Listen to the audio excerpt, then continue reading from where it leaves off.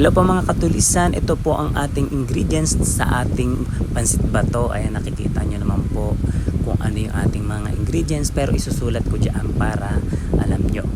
So ito po, umpisahan na natin ang ating pagluluto. Una ay maglalagay tayo ng mantika, mapapainit lang tayo. Tapos ayun, pag mainit na ang ating mantika, syempre isusunod na natin ang ating mga bawang, sibuyas. Bawang muna, tapos sibuyas, then halu-haluin natin, isutayin natin ng maigi. At pag naging golden brown na yan mga katulisan, saka nyo ipasok ang ating karne. Ayan, pero na-fried ko na yan yung baboy, pork jaw lang yung ginamit ko dyan. Tapos ayan, halo-halo tayo mga katulisan. Halo lang ng halo hanggang sa maluto. At isusunod natin ang mga gulay. Andiyan dyan yung sayote, carrots, tsaka baguio beans. Ayan, isusunod natin ilista. Pag sama-samahin na natin, mekos-mekos na mga katulisan. Tapos ayan po, ayan, halo lang ng halo hanggang sa maluto ang mga gulay. Yes, ayan po, yes po. Halo po ulit, halo lang ng halo. Huwag tayo magsawang maghalo at huwag mapagod. Ayan, halo lang ng halo, binilisan ko na. Pagkatapos lalagyan natin yan ng charan! Toge! Ayan, ang pinakamasarap na toge. Ayan, lalagyan natin yan. Siyempre kasama yan sa pansit bato. Ayan, haluin lang natin hanggang sa maluto ang ating gulay. Ayan, yung minekos-mekos natin na gulay dyan. At wag natin kakalimutan mga katulisan, meron tayong pampasarap na ilalagay dyan.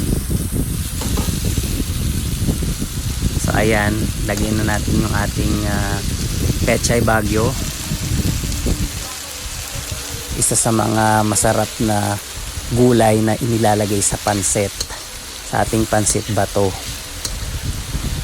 Ayun, bakit nga ba bato ang tawag dyan? Eh, hindi naman matigas yung pansit bato. Ayan, pagkatapos natin ilagay na natin ang Knorr cubes, pampalasa, at lagyan natin ng paminta mga katulisan, pampalasa.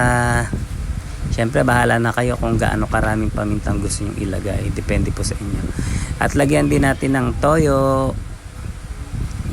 Ayan, sakto na yun, mga isang ano lang siya, isang tawag dyan, sandok. Tapos ayan, halo-halo ulit tayo guys, ang katulisan. Ayan, antayin nating maluto.